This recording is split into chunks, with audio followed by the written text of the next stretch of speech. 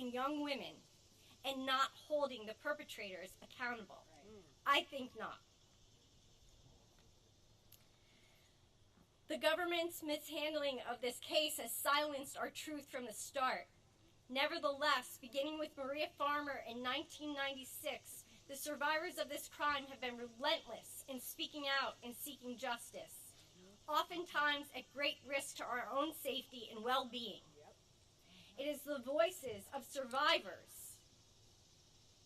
I'm going to repeat that because it bears repeating. It is the voices of survivors of these crimes that are important. So we are here together. We are here together to stand united. And I want to uplift the words of someone who can't be with us today, but who has inspired us all in different ways. So to quote the late Virginia Giuffre, mothers, fathers, sisters, and brothers need to show that the battle lines are drawn and stand together to fight for the future of victims. Is protesting the answer? I don't know, but we've got to start somewhere. And we are here today to start somewhere. So if you are watching us from home, if you're in the audience and you believe that you should stand with survivors, show us your support. Hashtag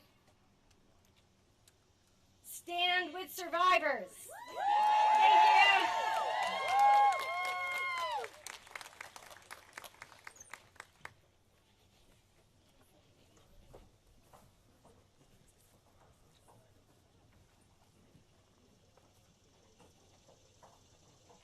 All right, we're going to just keep it moving. I'd now love to welcome to the stage Sigrid McCauley, Annie Farmer, Virginia's incredible family, and Teresa Helm.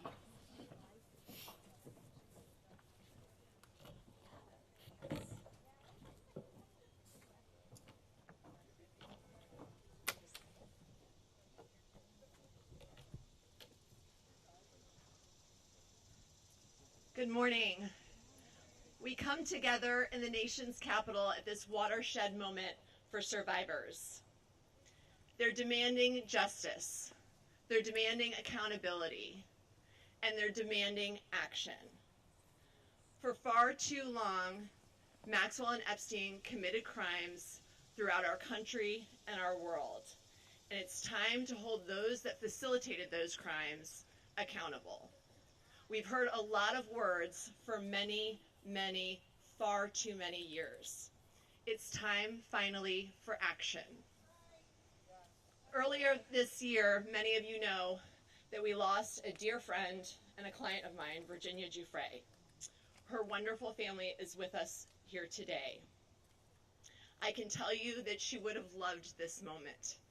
It would have been so special for her to see all of you here today. And I know she's with us. And what she would want you to hear today is stay strong and keep fighting for justice. Thank you. I'm going to take a moment to read from one of our fellow survivors who, thank you, was too afraid to come here today. Her name is Juliet Bryant, and she asked me to read this letter to you all. I wish I could be here today. Unfortunately, I'm too afraid to travel to America after everything that has happened. I am, however, here in spirit, like many other survivors, such as Virginia Giuffre and Carolyn Adriano. I want to speak out for all victims of abuse, especially those who can no longer speak, those both alive and dead. For years, the truth about Epstein has been covered up. They say there's no Epstein list. Speak to us. It's time to dig deeper, do the financial research. It's clear that for years there has been a big cover-up. We have all been lied to.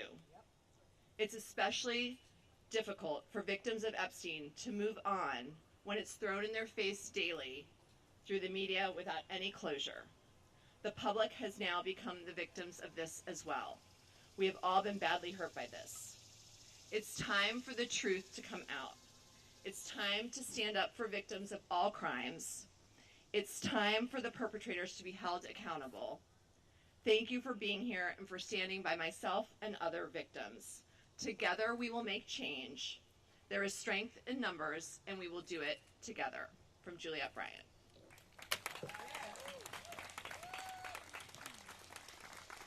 And now I'd like to introduce Annie Farmer. Good morning, everyone. Thank you so much for being here today. Your support means more than you know. My sister Maria Farmer was not able to attend, and so I will read her remarks for her. Due to the debilitating effects of the last few years of cancer treatment, I am unable to be here today. My sister, Annie Farmer, will speak for me. She is a primary reason that I reported Epstein, Maxwell, and others to the FBI in 1996 after they assaulted us in 2 different locations and held me captive at Wexner's estate, while Maxwell also stole photos that were my private art studies and twisted them into child sexual abuse materials, harming my sisters and myself.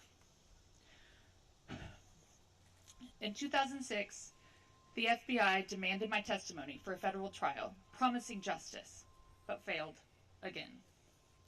For 30 years, I've fought not only sex traffickers, but a federal government that has enabled them, while that same government fully ignored teen safety and my many FOIA report requests. After 3 decades of failure, I am suing them for answers.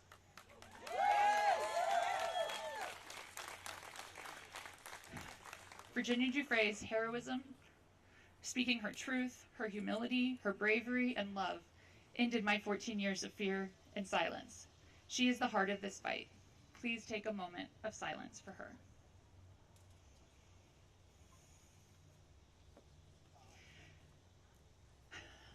And I would just like to say, speaking for myself now, how very much it means to see this show of solidarity today. After feeling so isolated and alone for so many years with this fight, it's incredible to see all of you standing here and to feel the support coming from elsewhere as well. Since I've come out publicly in this case, I've received so many notes and messages from people who have been impacted by this story because of how much they relate to the struggles involved in this story.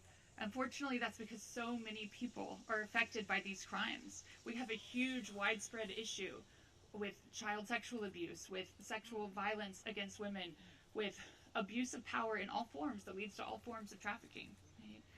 And so I truly believe when you're facing problems at this scale, it requires this type of force of coming together, creative solutions around not just the punishment of these very guilty perpetrators, but also education, so people know the signs and understand the signs and can recognize the things that I didn't recognize when I was being, lured into this world.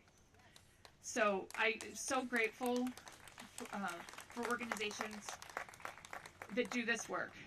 Thank you for World Without Exploitation for hosting this and for doing the very, very important work of education. And I just want to thank all of you. I think we all have a role to play in coming together to change these very challenging situations that we face and to solve these problems.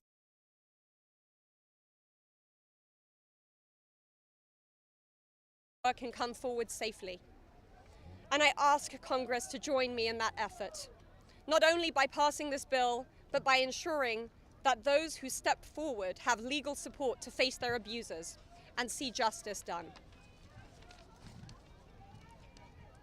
When Judge Berman gave Epstein survivors the chance to finally speak, the world listened. After so many years, survivors were heard. That moment was historic, and so is this moment. For me, the turning point was when I had my daughter. And on the day she was born, I knew I had a responsibility to protect her and to protect all children. I have to use my voice, the voice that had been silenced by fear and shame for so many years. Make no mistake, my polished exterior is a shield hiding a wound that still bleeds.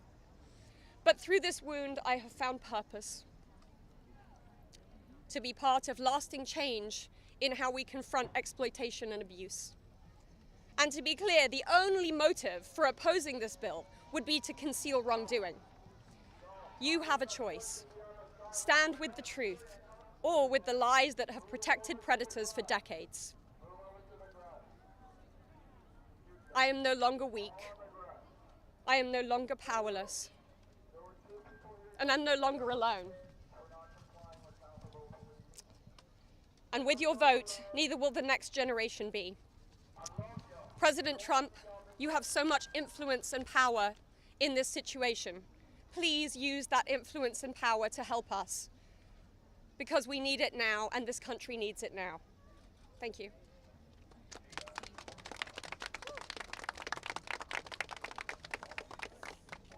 Hello.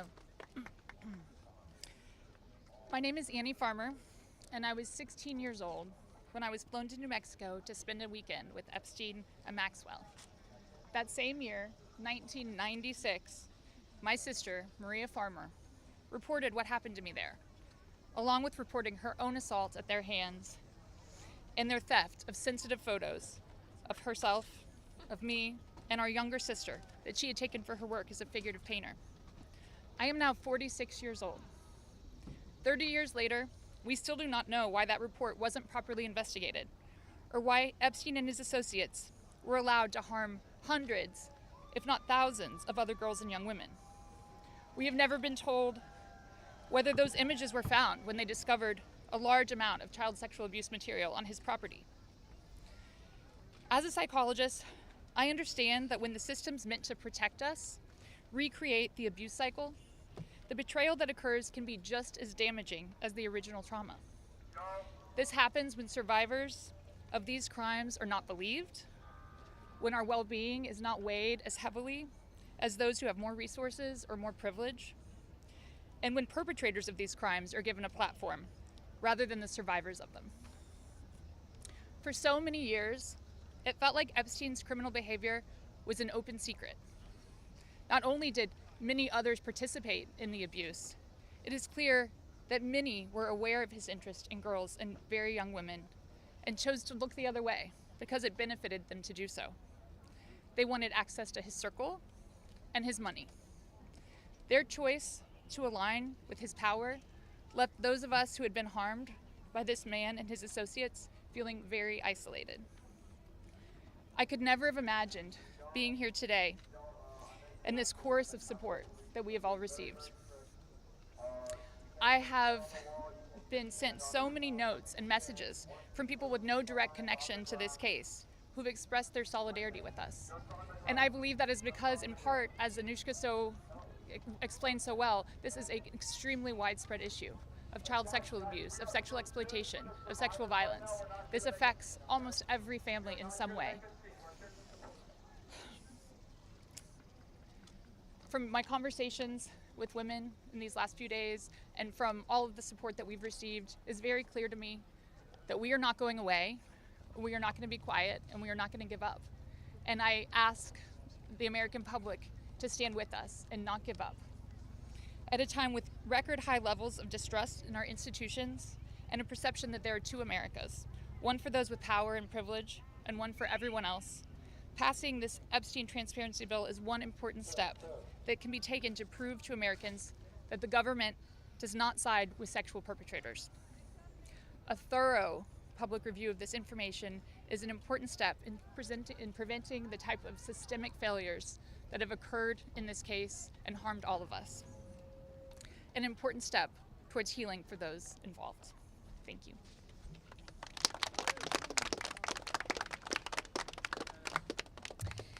Hello, everyone. I'd like to say thank you, everyone, for being here today on this very powerful and special day for all of us here.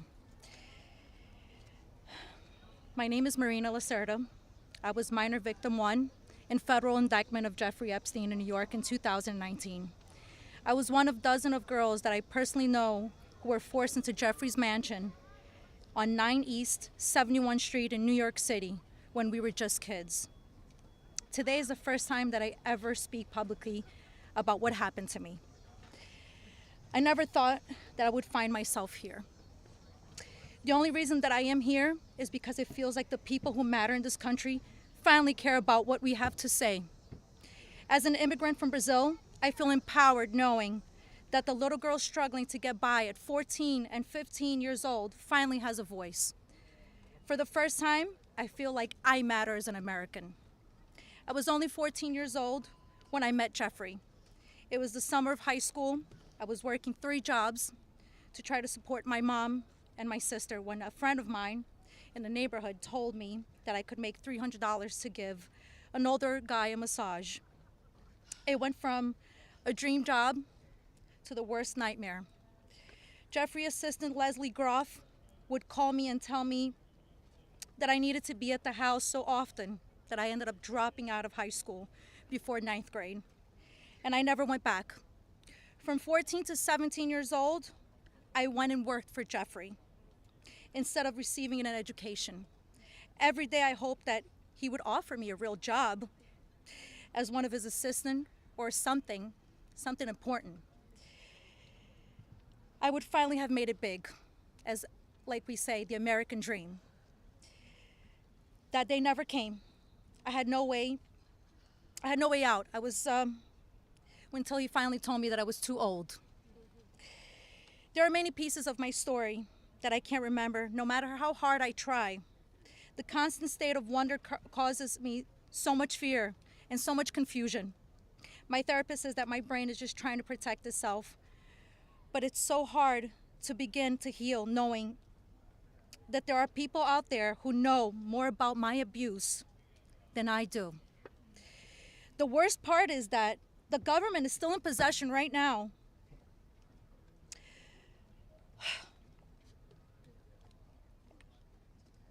of the documents and information about that could help me remember and get over all of this maybe and help me heal. They have documents with my name on them that were confiscated from Jeffrey Epstein's house and could help me put the pieces of my own life back together. But I don't have any of it. And I know the same is true for many of these women.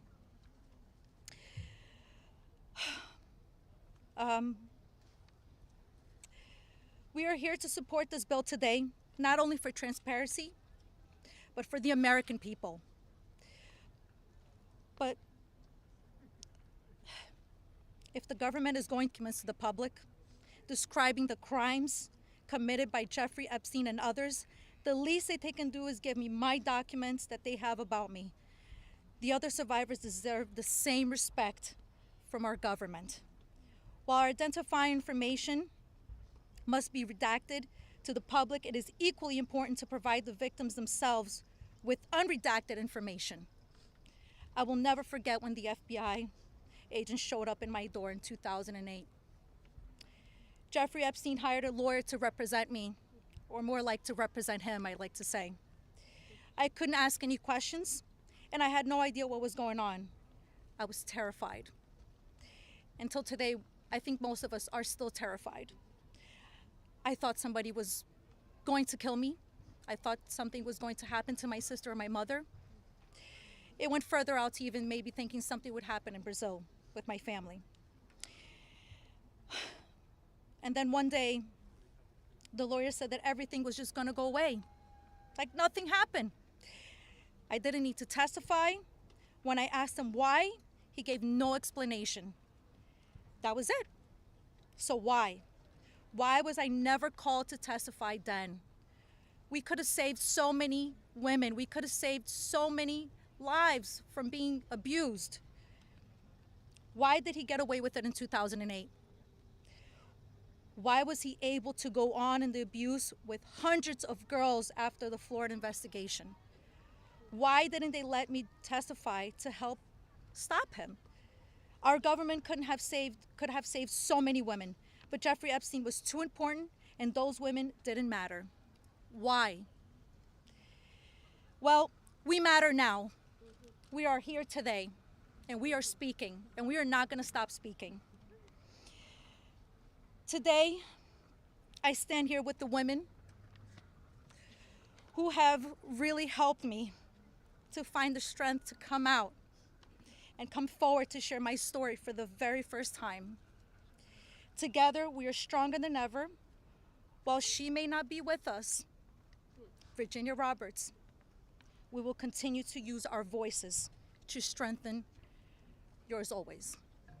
Thank you.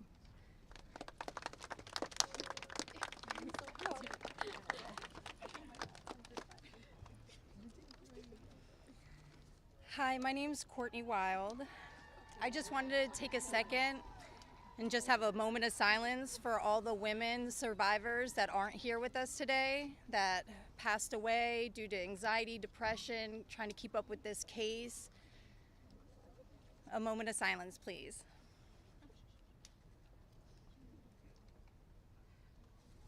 Thank you. My name is Courtney Wild. I was only 14 years old when I was introduced to Jeffrey Epstein by a 13-year-old friend of mine. The details of the abuse that he inflicted on me for years is not important today. In 2028, I was cooperating with the federal government in the investigation of Jeffrey Epstein. They sent me a letter telling me to be patient because this was going to be a lengthy investigation, but at the same time, they refused to talk to me and tell me what was going on. So I hired an attorney, Brad Edwards, because I was hopeful to get some answers. When I walked into his office at 19 years old, Brad sued the government for refusing to tell me what was going on under the Crime Victims' Rights Act. The only reason anyone ever found out that the government had already given Jeffrey Epstein immunity through the non-prosecution agreement was because our lawsuit forced the government to tell us. Otherwise, nobody would even know that today. Sometimes it's hard to believe that I had to sue the United States just to learn that my abuser was given immunity. I started as Jane Doe, but I decided I was proud enough to take on our country, and I was on the right side of history. We fought the government for 10 years to prove that the government violated our rights as crime victims and the crime victims' rights in order to protect a pedophile. We had to win the 11th Circuit Court Appeals to force the government to turn over thousands of pages of emails between Jeffrey Epstein and the government. Those emails provided the proof that the government worked very hard with Jeffrey Epstein to violate our rights. Why? Why did the government work so hard to protect Jeffrey and not so hard to protect me and my other innocent friends? Why was Jeffrey so important to the government, and why was I so insignificant? Why did nobody but our lawyers care before now? It seems people have only started to care because of Twitter and politics. But I would like to say this has nothing to do with politics. This is not a blue thing or a red thing. This is an everyone thing. We can all agree on this. The injustice that has happened here. Multiple, over and over. Everybody that talks about this just seems to make it worse. We need transparency. It's time for us to see beyond the curtain. Why was Jeffrey Epstein so protected? Who is still being protected?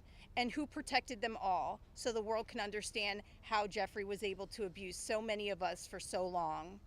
I was lucky to have Brad Edwards, Brittany Henderson, and Paul Cassell take on my case pro bono and fight fearlessly over 20 years' time.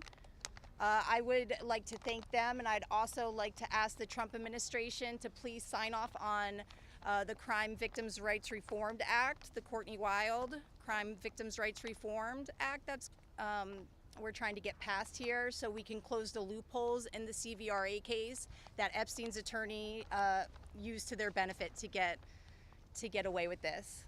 Thank you so much.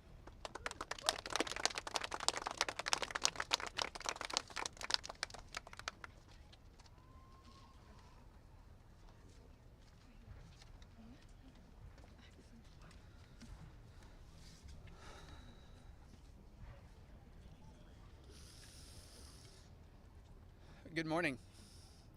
First and foremost, we want to extend our deepest gratitude to Brad and Brittany Edwards Congressman Massey and Kana, and above all, the brave survivors who have entrusted us with the privilege of speaking today on behalf of Virginia.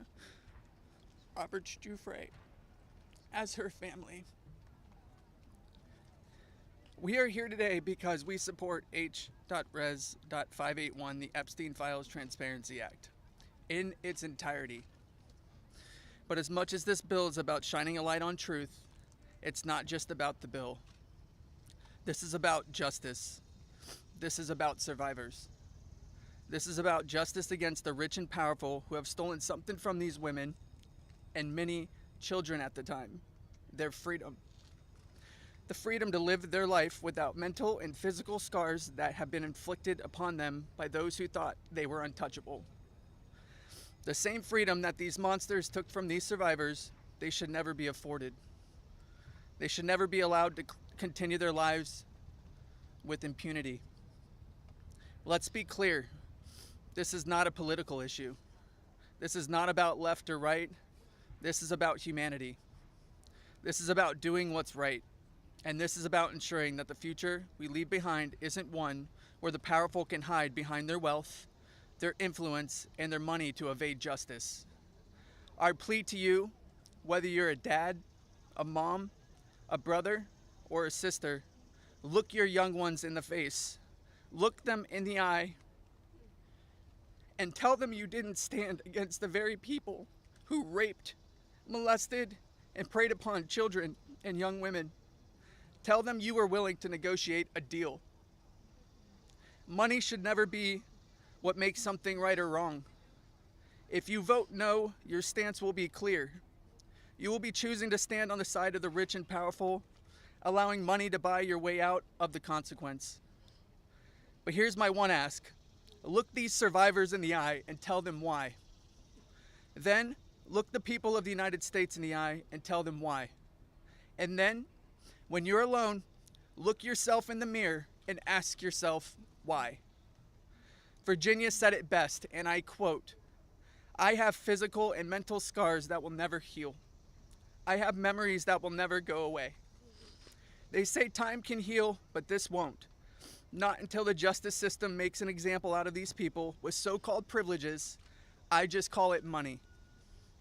The only time I can begin to heal is when their freedom is taken from them, just like they did to me and literally thousands of other victims. The survivors of this horrific abuse are watching. The American people are watching. And history is watching. Which side will you be on?" Thank you.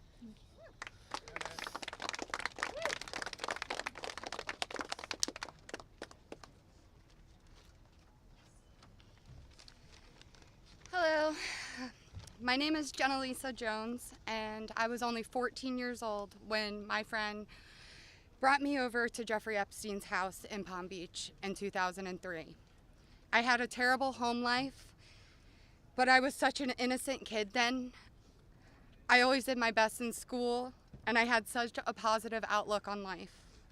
Until that day that I met Jeffrey, I have never been more scared in my life than I was that first time that he hurt me.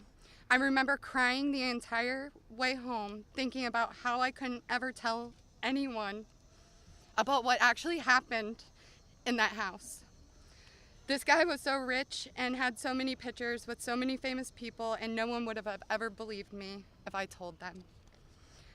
I want to thank Congressman Rowe and Congressman Thomas Massey for having me here today. It was really hard for me to find my voice and to become strong enough to speak about my abuse.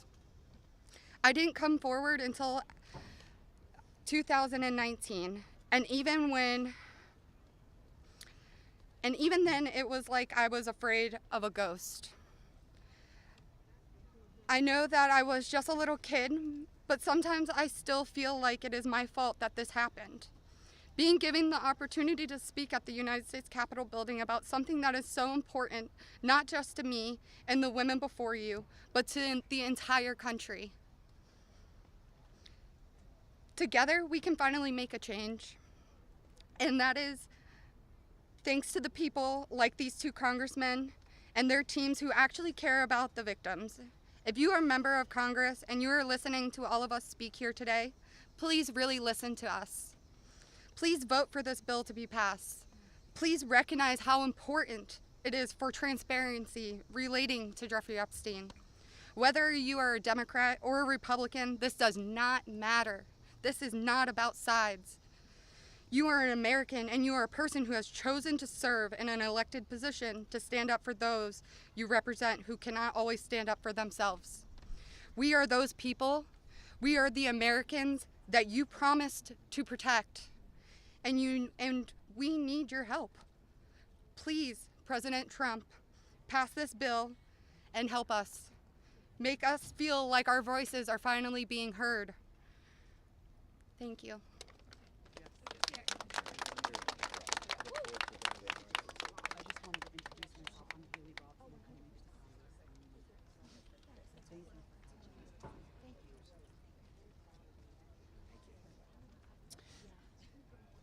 Good afternoon. My name is Haley Robson. I was a 16-year-old high school student athlete who made good grades and had high aspirations for college when I was recruited and asked by a classmate of mine alongside with a 20-year-old male if I wanted to give an old rich guy a massage. But what high school girl would not want to do that? That day changed my life forever. And when I got into the massage room, Jeffrey Epstein undressed and asked me to do things to him. My eyes welled up with tears, and I have never been more scared in my life. When it was over, he paid me $200 and requested in exchange that I bring a girl each time to make another $200. I told him I did not want to do that, and then he gave me an ultimatum. Either you come here and massage me when I call you, or you bring me friends of yours to massage, and I will give you $200 per girl for each time she comes. I felt and hoped to never hear from him again, but he called me every day. He was so wealthy and powerful, and he would not let me go. I felt I had no choice. If I disobeyed him, I knew something bad would happen. So knowing I did not want to be sexually abused, I started to bring him other girls from my high school, and he paid me $200 for bringing them. I just hoped each time it would be the last time. One day, the stepmom of one of the girls brought him and called the police on Jeffrey Epstein. The police then called me in for questioning. I had told them the truth despite the fact that I was a teenager and a minor, and I was able to tell the police the names of all the other victims.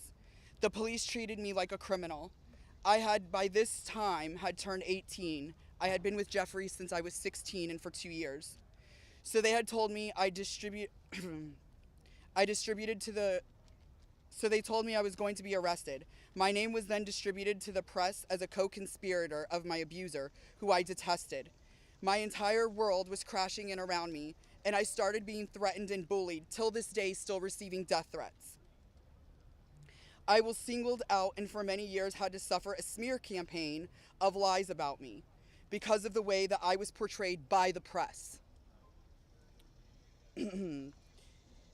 The press made me out to be a predator when I was just a 16-year-old little girl who was sexually abused by a powerful man and an evil man. For years, I had no friends. My boyfriend was murdered, and there was nowhere to turn. The government, after investigating more, learned that I was true a victim, but the damage was done and it was too late. There was no way to undo the harm the press had caused me. In 2019, I met Brad Edwards and Brittany Henderson. They changed my life, and they believed in me and have helped me to finally heal. Healing is a process, and I may never get there. But the passage of this bill requiring the government to produce all the evidence that it has gathered on Jeffrey Epstein and Ghislaine Maxwell is a huge component of healing for me and for the many other women who have suffered for so long. For many reasons. First, we and the rest of the world need answers. Why was he so protected? And why didn't anyone ever care to stop him? It doesn't take a brain surgeon to know that if he is spending thousands of dollars a day paying high school girls he abuses and had a lot of access to cash. I learned through my attorneys in the JP Morgan class action case that there were years when his staff withdrew over $1 million in cash a year. Was that not a big enough red flag? There were wire transfers to other victims, and the government did not protect us. The banks did not protect us. So lift the curtain on these files and be transparent. Every single time a new conspiracy gets circulated in the media, whether he is still alive, what powerful person had him murdered, who was on the Epstein client list, and there are names going around on TikTok and Instagram, we, the survivors, are suffering severely. We take our kids to school and everyone is talking about it.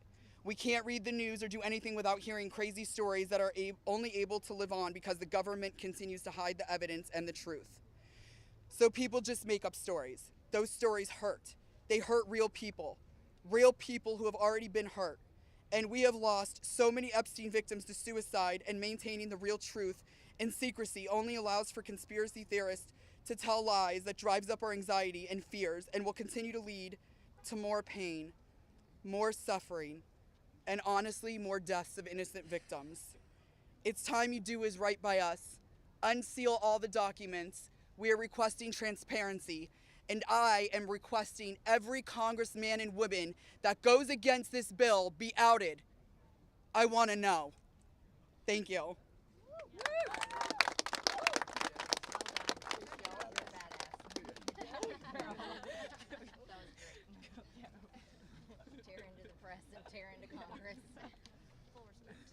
Hi there, my name is Lisa Phillips, and I'm the host of a award-nominated podcast called From Now On, a platform supporting survivors.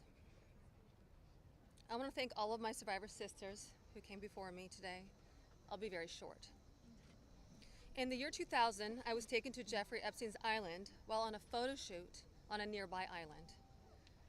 Who I saw and what I experienced there was a glimpse into a very dark and disturbing world. For years after, I tried to avoid Jeffrey, but he had introduced me to Katie Ford, the owner of the Ford Modeling Agency. Epstein's reach went to the very top of fashion, arts, and entertainment. This did not just happen to underage girls in Florida. In New York City, hundreds of young, ambitious women were abused by him. Epstein was not just a serial predator, he was an international human trafficker. And many around him knew, many participated, and many profited. And yet, he was protected. So I stand here today for every woman who has been silenced, exploited, and dismissed. We are not asking for pity. We are here demanding accountability, and I'm demanding justice. Congress must choose. Will you continue to protect predators, or will you finally protect survivors? And also, I would like to announce here today, us Epstein survivors have been discussing creating our own list. We know the names. Many of us were abused by them. Now, together as survivors, we will confidentially compile the names we all know who were regularly in the Epstein world. And it will be done by survivors and for survivors. No one else is involved. Stay tuned for more details.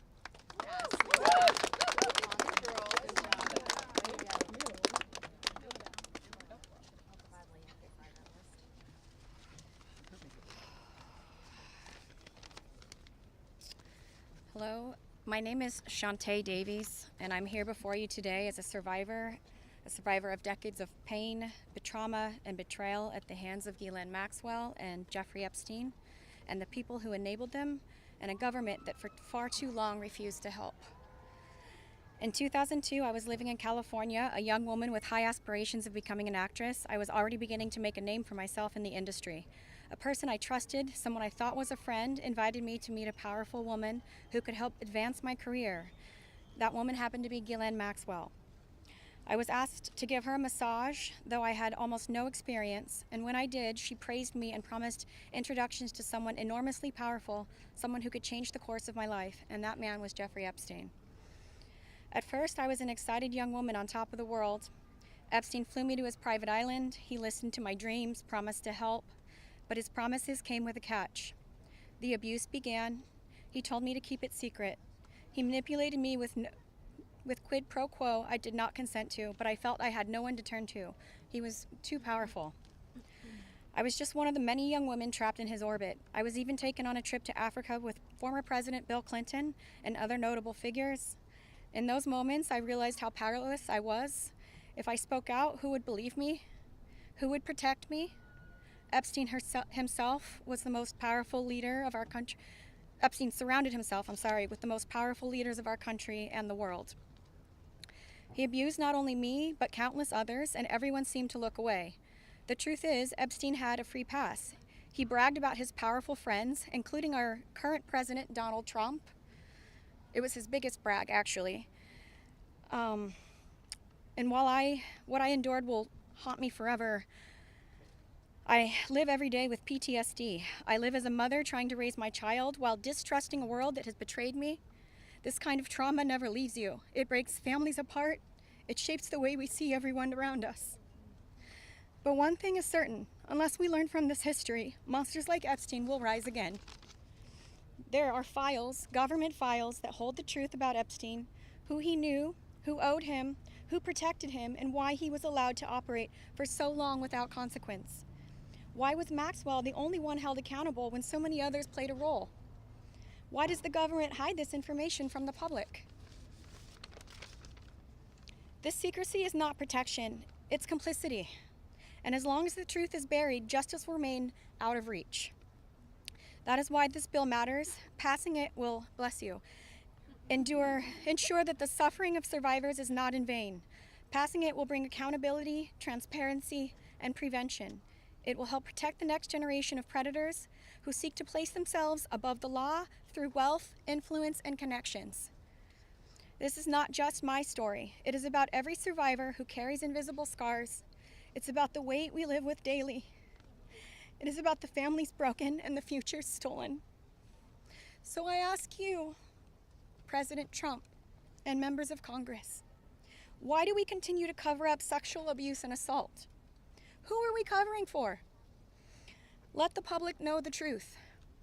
We cannot heal without justice. We cannot protect the future if we refuse to confront the past. Thank you.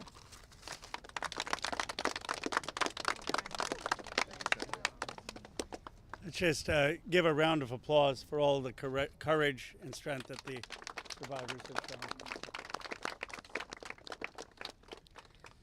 We now will take a few questions. You can always get Congressman Massey, me, or Congresswoman Green in the hallways and other places. If you have questions for us, that's fine. But I wanted to see first if you have questions for the lawyers and the survivors, and Brad will facilitate any of the questions to the survivors.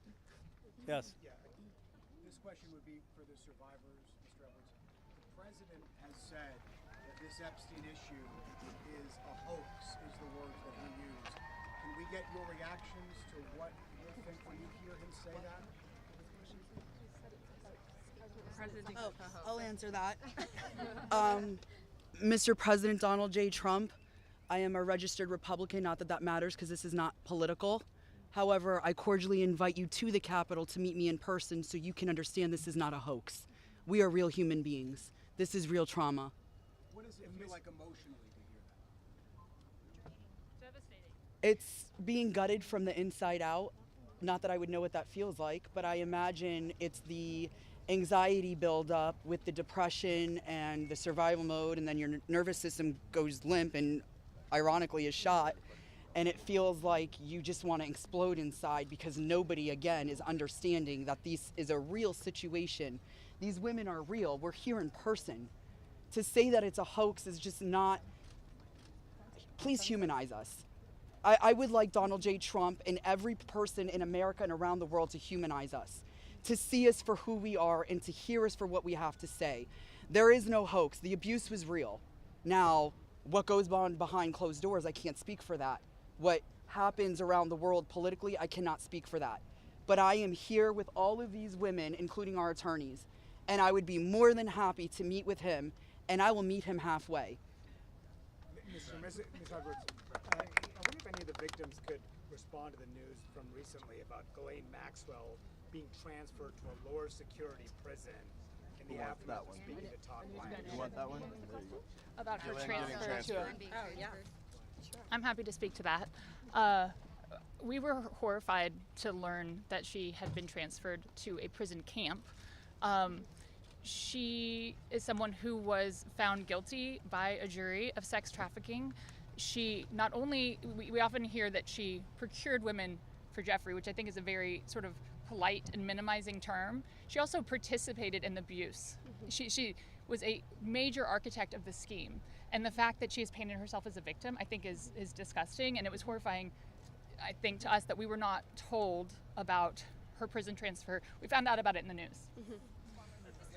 Just 1 minute, I think Anushka maybe has something to say. So, Anushka DiGiorgio, I testified alongside Annie at the trial of Ghislaine Maxwell.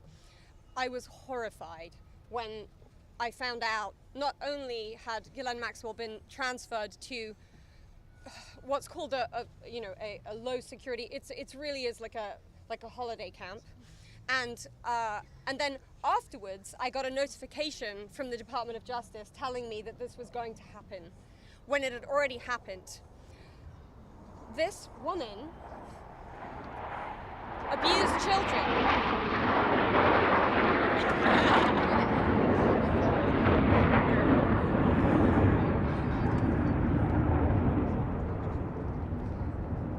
I was abused by Jeffrey Epstein and Ghislaine Maxwell for over 10 years. Ghislaine Maxwell was present for some of my abuse at the hand of Jeffrey Epstein. She was present, she was complicit, she was enabling, and it is appalling and disgusting. And it's one of my worst nightmares that she not only be transferred, but at the possibility that's very much going around that she might be pardoned. This is not okay, guys. This is not okay. And I just want to add that I think it sends a very dangerous message to our country, to the young people in our country, that someone that we all know is aware of these crimes could be given a pass. And just for the last one, the last survivor who just spoke, the last survivor who just spoke, she said that Epstein would brag about her relationship with Donald Trump. Could she please elaborate about that? Chante. Get to the microphones. Get close. Yeah, I did say that.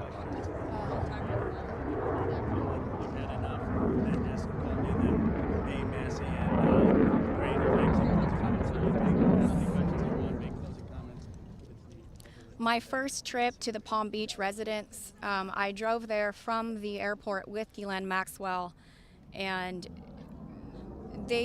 Jeffrey and Ghislaine were always very boastful about their friends, their famous or powerful friends, and his biggest brag forever was that he was very good friends with Donald Trump. He had an 8x10 framed picture of him on his desk with the two of them. Like, they were very close. Go ahead. What? One second.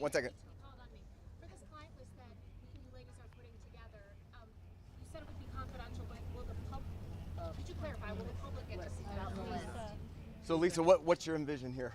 Is it going to go to the public or just amongst the survivors? No, we're reaching out to survivors that are scared. So come on up. We're reaching out to survivors that are scared to come forward and that also know who they were trafficked to. So that's the list that we're compiling. We're not quite sure, how we're going to release that, or even if we're going to, the Department of Justice needs to release the list. Right, yes. For folks at home, they might be confused. Survivors know the names. You've seen these powerful people. Why can't you say the names? Could you just explain for folks? Why do we have to say the names when the government knows the names? And we're also scared to do so. Look what's happened to so many of the survivors that have revealed names. Yeah, I find it offensive. I think it's also worth saying that having represented, I think, between our firm and Boyce Schiller, hundreds of victims, and we've talked to them about the various people that they were farmed out to. So we've created somewhat of a list. Most of these individuals, the victims, are very scared to say these names because they could get sued, they're going to get attacked, and nobody protected them the first time. And that was against one person. So is there a list? There is a list, but just to dispel kind of the common theme here, every one of these women was abused by Jeffrey Epstein, and his scheme was to personally abuse women. When they reached a certain age, he did farm a section of them, some of them, out to some of his friends. That doesn't mean all of his friends. With that said, I'm more than happy to assist in helping create the list behind the scenes and see what we do with it. But if someone's interested, Go ahead. Hold on. I think if someone's interested in prosecuting, they may have something different to say about sharing a list. But they're not sharing a list for nothing to happen, and that's the experience that they've had for all of these years. Yeah, go ahead. Thank you all.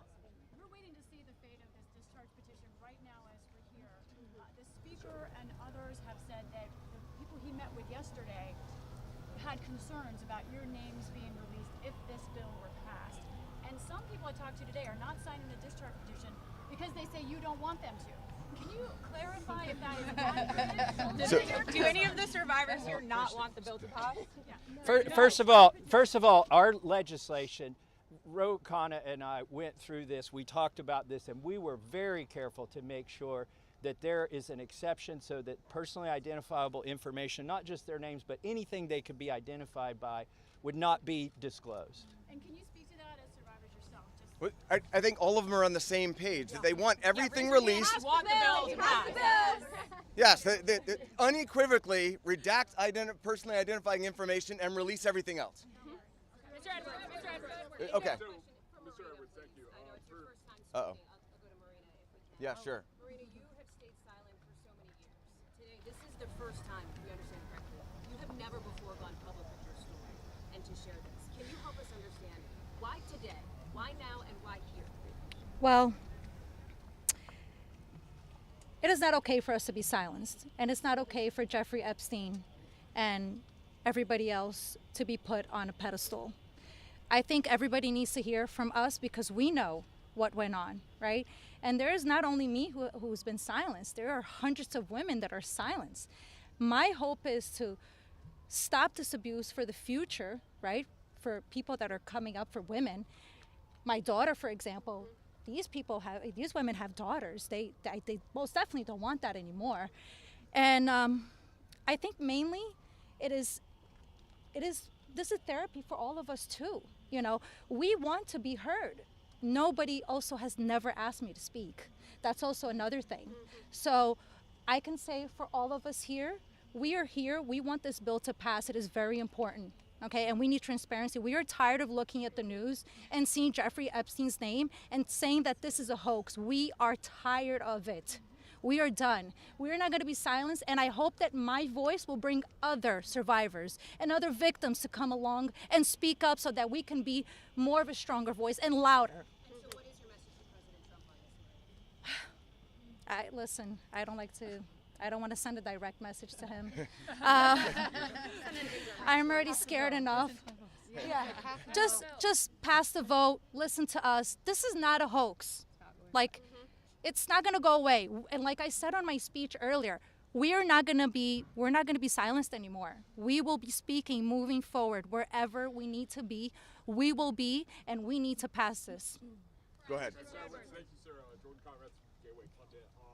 For years we've heard that there's an Epstein client list or some kind of list. And now we hear from DOJ that there's no list. A bunch of girl victims. What do you guys think? I know you're working on your own list, but do you believe that Jeffrey Epstein had a list? Yeah, so there's not a list. So here's what it was. Just like you heard everybody today, Jeffrey Epstein created, through an organization of enablers, of people that were on his payroll. It was a complicated scheme where others should still be investigated because they helped to enable him and operate this scheme. Without those people, he could not have done this. But the purpose was for him to personally abuse people. With that being said, certain of his friends, he farmed out certain of the women that he was exploiting too. But that wasn't the primary purpose of that scheme. And I don't think he wrote the names of those people down. There's not a list of, hey, here's all of the people that I sent females to. That's just not how that organization works. Mr. Edwards. Agreed? Is there any evidence that Jeffrey Epstein was involved with or tied to the CIA or a foreign intelligence operation? I think that the safest thing for me to say is all files should come out, whether it is with the CIA, FinCEN, SEC, FBI. I'm not just making these up haphazardly. I'm giving you a roadmap where to look. So if this bill... Go ahead.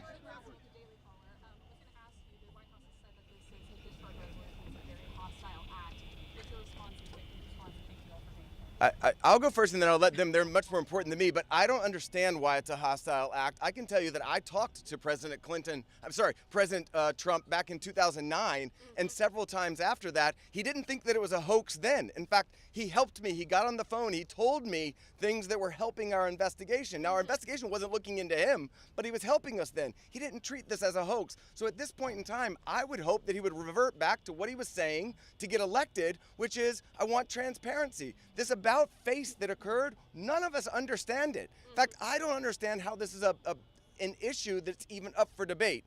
How do you not stand behind these women after you've heard their stories and know that hundreds of them were abused, and it was only because files are being kept in secrecy? The world should know who he is, who protected him, and the other people that are out there to be investigated need to be investigated.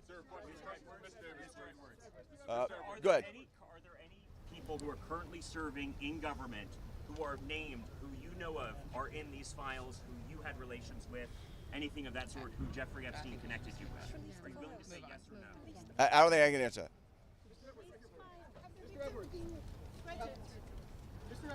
Sorry.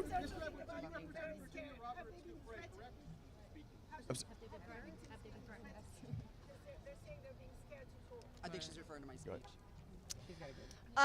Hi, Anushka DeGiorgio. I have been threatened.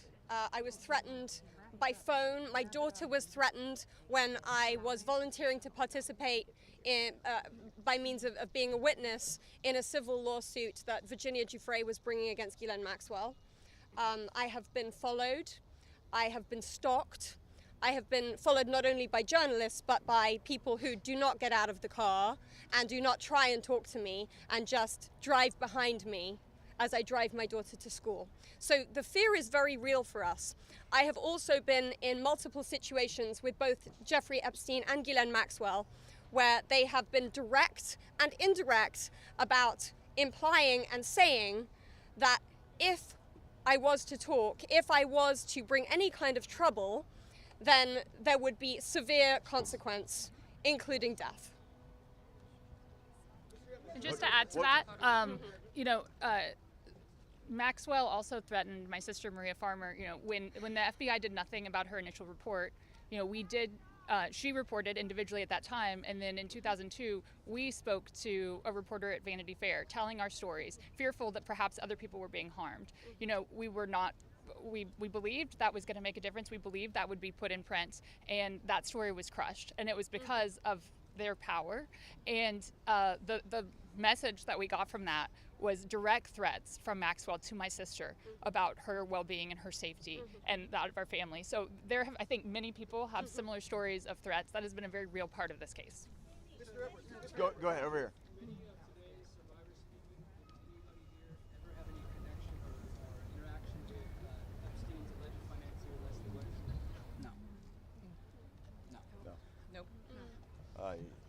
Do you want to address that? I just want to say one thing that's very clear. When people say, please share names, there are names that are very well known, like that of Les Wexner, who everyone knows supplied an enormous amount of Epstein's financial wealth and allowed this operation to happen. So it's, I think, confusing to many of us why there have not been more ramifications for him, and he's been seen as a victim when clearly I believe there's more to it. But, yep. Yeah, so you represented Virginia Roberts for 3 years. She eventually had to recant the allegations that she made against Alan Dershowitz. She alleged that We're not talking. All right, next question. Next question. Thank you. Who's next? Why is it that she should be... Yeah, no, we're not answering your question. Anybody else? Go ahead. How did the victims feel about the interview that was given to Ghislaine Maxwell? There's a woman trying to say something. That's better. Okay, ma'am, I think that you had a question. When you talked in the past on MSNBC, Oh my God. about the existence of the Epstein birthday book, have you yourself in the course of litigation seen it? I don't know that we're able to reveal what we've seen and what we have not seen by way of protective order, but my point being in that circumstance was, if anybody wants answers, there's an easy place to get it. I told you where to get it. I said the estate of Jeffrey Epstein has it. Serve a subpoena on them. They'll turn it over. And if we had served a subpoena on them in the past, they would have turned it over and we would have seen it. which I don't usually miss subpoenas like that. So there we go. Mr. Edwards, can you elaborate Go ahead. on the? Just say one thing on that. You know, to your question about the allegations, there's a simple answer. Release the files. Let the American public decide. Instead of harassing, I gave you your say. Look. You're hired by Dershowitz. But, you know,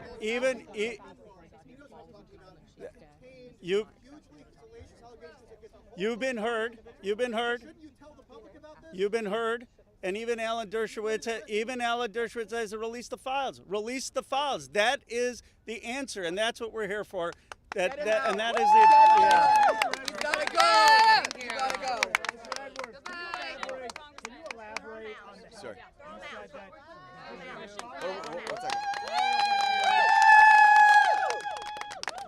Yeah. You said that Donald Trump gave you help in 2009. Can you elaborate on your interactions with Donald Trump back in 2009? And for any of the victims, they didn't ever see the president, well then not president yet, but they didn't ever see Trump with Epstein in any way.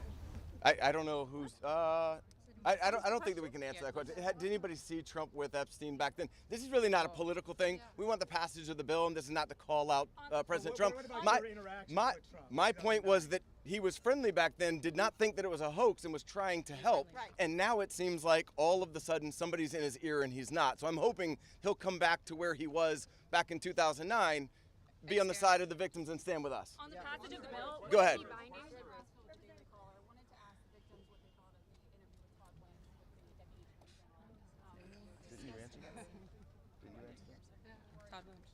Do you want to answer it?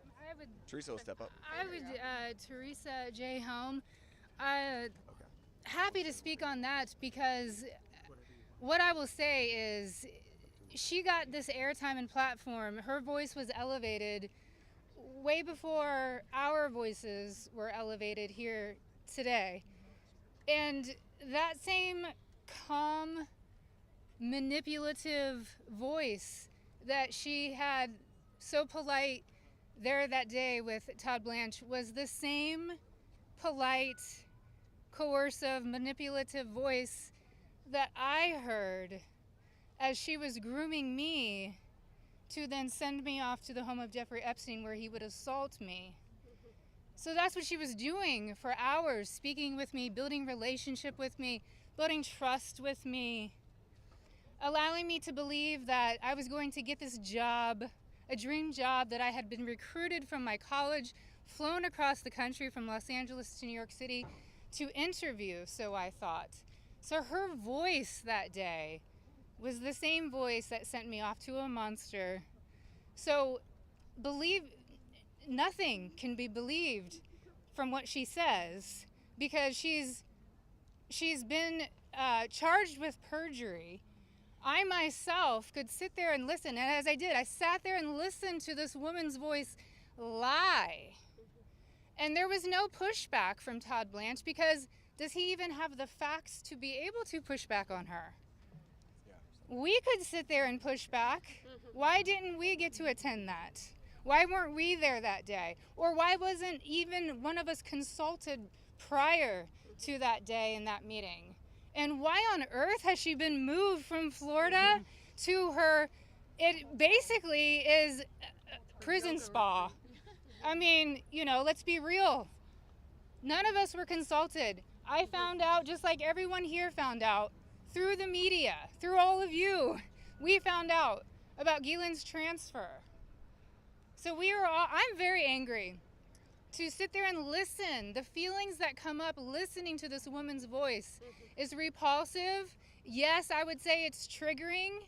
We all work very hard on healing, and it still gets to us after 2 decades. That's a very long answer, but it's repulsive to sit there and listen to her voice in her interview. Can we take two more questions? One over here.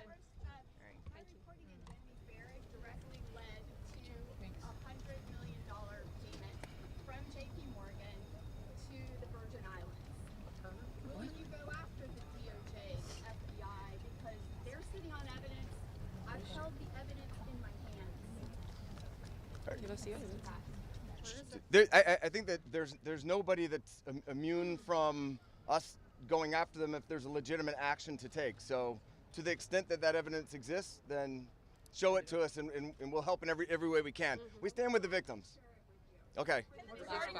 One more. Can the survivors speak to, speaking of being threatened and being afraid to come forward with the story, to the case of Katie Johnson, who alleged that Donald Trump and Jeffrey Epstein? I don't think we can talk about. I don't think we can talk about that case. I do think it's worth saying, though, despite the comments that he made, Virginia Roberts Giuffre is an American hero. She is somebody. She is somebody without whom we would not be able to have this voice. She was the one who had courage to name names, speak out against people, and she was standing up against everybody at one time with an enormous amount of pressure. And most of these women are here because of Virginia Roberts Giuffre. So, all right, last one.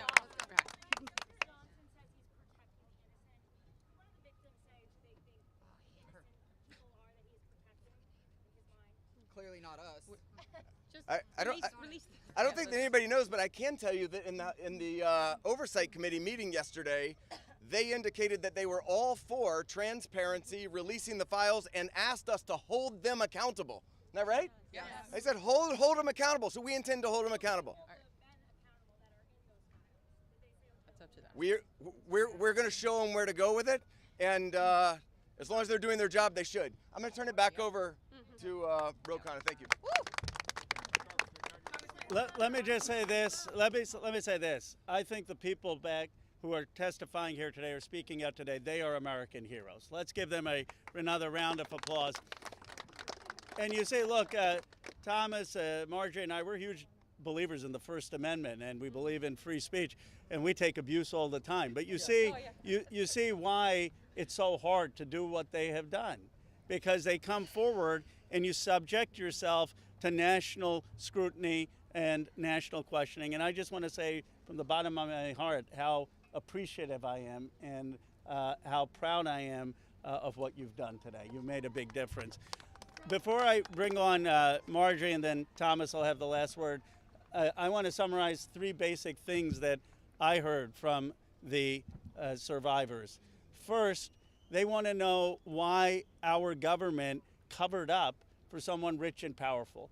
Why is it that we have 2 Americas? People say, why do you need to release the Epstein Files if Epstein is dead and Maxwell is in jail? Because we don't know who all was involved in the cover-up. Why are there rich and powerful people who didn't have justice? They want to know that. Second, many said it's important for their own closure. They don't know their own abuse. They want to understand what's in these files for themselves. And third, we heard that there are many others who obviously were involved. And they want to know, and the American people deserve to know what was there in those files. I actually think they're helping us come together as a country. I've never done a press conference with Marjorie Taylor Greene before. I've done some with Tubbs, but look, this country is divided and exhausted. This is one thing that we can come together on. Yes. And I was very clear with Thomas. This is not against President Trump. I would like nothing more than a Truth Social post for him after this press conference saying, just release the files. Be with Massie Khanna. This is about something much deeper. It is about bringing this country together to stand for America's kids, to restore trust, and to move this country forward. So thank you to the survivors for helping us do that. Now I want to introduce Marjorie Taylor Greene. Thank you. Thank you. For everyone watching at home, I think it's important to put yourself in these women's shoes.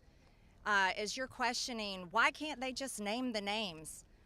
What you don't realize is they just told their stories of being raped and being abused, being victimized, being manipulated, being coerced, and basically held in a prison of captivity of sexual abuse while they were young teenagers and extremely young, vulnerable women. And in Jeffrey Epstein's home and the places they went with him, they saw the most powerful people in the world in his pictures, and they saw him with those people. Can you imagine how terrifying it would be to name names like that? These are some of the richest, most powerful people in the world that could sue these women into poverty and homelessness. Yeah, it's a scary thing to name names, but I will tell you, I'm not afraid to name names. And so if they want to give me a list, I will walk in that Capitol on the House floor and I'll say every damn name that abused these women. I can do that for them, and I'd be proud to do it. Now, another thing, this is not about politics, and this is a boiling point in American history where the American people, just like Roe just said, there's become two Americas. There's the America for the rich and the powerful and the elite, where they never face any struggles or problems and never experience what real America goes through. And then there's forgotten America that faces all the problems and deals with all the issues and never gets justice for being sexually assaulted and raped by a monster. It shouldn't exist anymore, and people are sick of it. So let's recognize the fact that the administration before and the one before it and the one before it and the one before it and before it never did anything about this. So this isn't one political party or the other. It's a culmination of everyone worked together to silence these women and protect Jeffrey Epstein and his cabal. And this is not just rich, powerful people. Think his drivers, his maids, his chefs, all the people, people that worked in his home, security guards. I heard one story from a young woman that was being raped by Jeffrey Epstein when he was out on work release while he was serving time in prison and had an ankle monitor on his leg. Guess what? There was a police officer outside that door. So this list of names is quite a list of names, and it doesn't extend just in the rich, powerful circles. It extends down to the very bottom where people were paid. And again, I will say this, there's victims suffering today in similar circumstances, and they're terrified to name the names of the people that are currently abusing them. And so with these brave, courageous women fighting this fight, this is a fight for women and children and any person that is facing sexual abuse and rape and captivity and human trafficking right now. And so here's what I ask you in the press. Don't go for salacious headlines.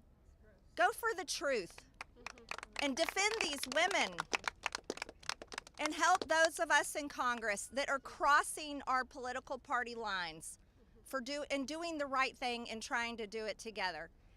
And thank you, Roe, and thank you, Thomas. And now I recognize Thomas Massey from Kentucky.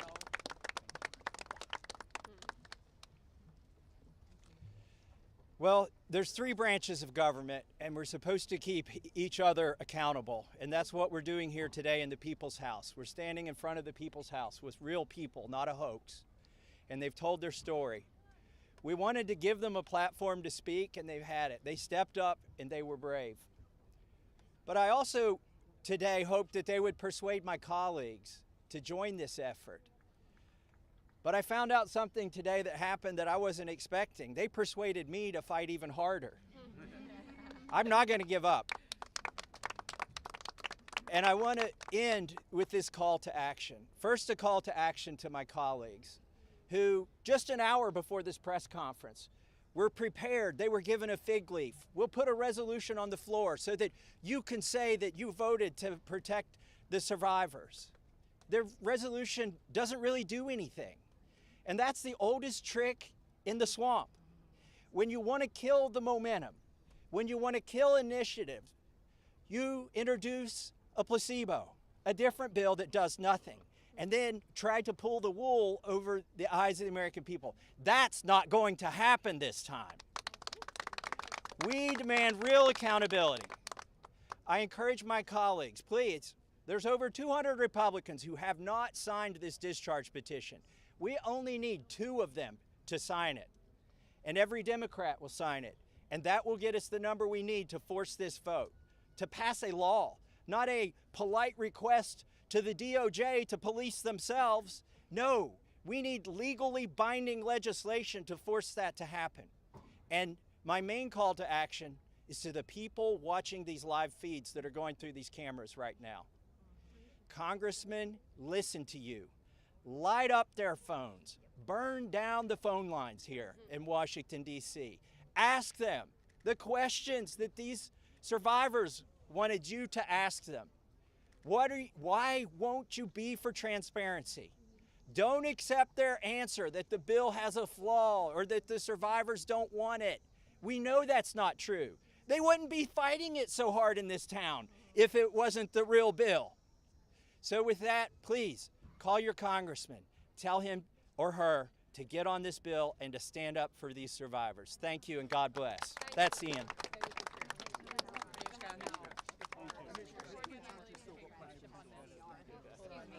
Thank you guys very much. This is unbelievable. Thank you so much.